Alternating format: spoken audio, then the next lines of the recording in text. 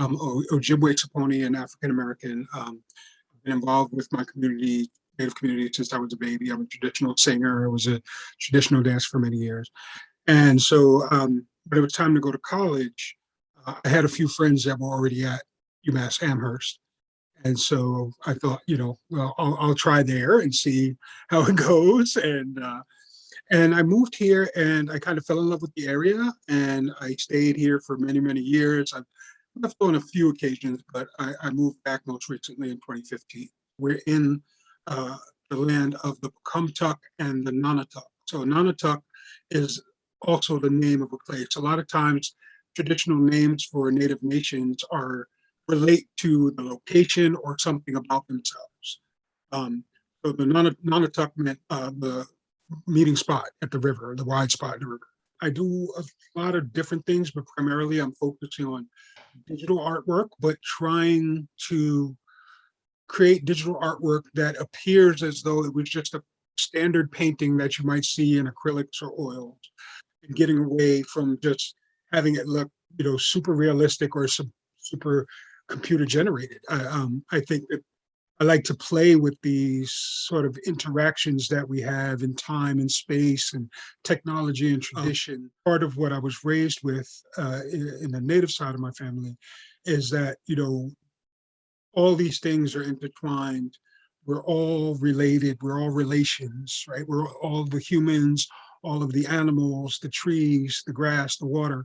They all encompass what it means to be a being on earth. We're not separate from it.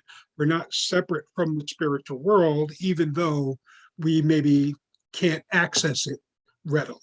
And so my art, the visual aspects of my art often try to evoke some of that sense of understanding and give people something to think about that they may not normally consider about Indigenous people. The grant program itself was just an amazing thing to be a part of. The various workshops that they offer to teach you about the business of being an artist, right? Like how to, there was one on maintaining your authenticity while trying to market yourself, right? And how to sell yourself without, kind of feeling icky about trying to sell your art.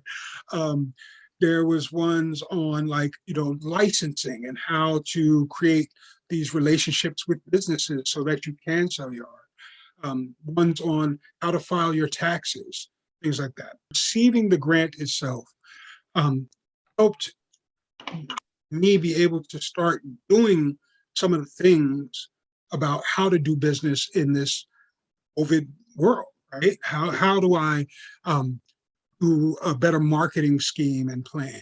How do I drive traffic to my website? How do I enhance my website? Many of us have to learn to be business people, and doing business it's kind of not really what art is about in some cases, and it feels like you're selling a part of yourself in a way that maybe you don't want. When you create art, I believe when I create art, I'm giving a piece of myself to these folks.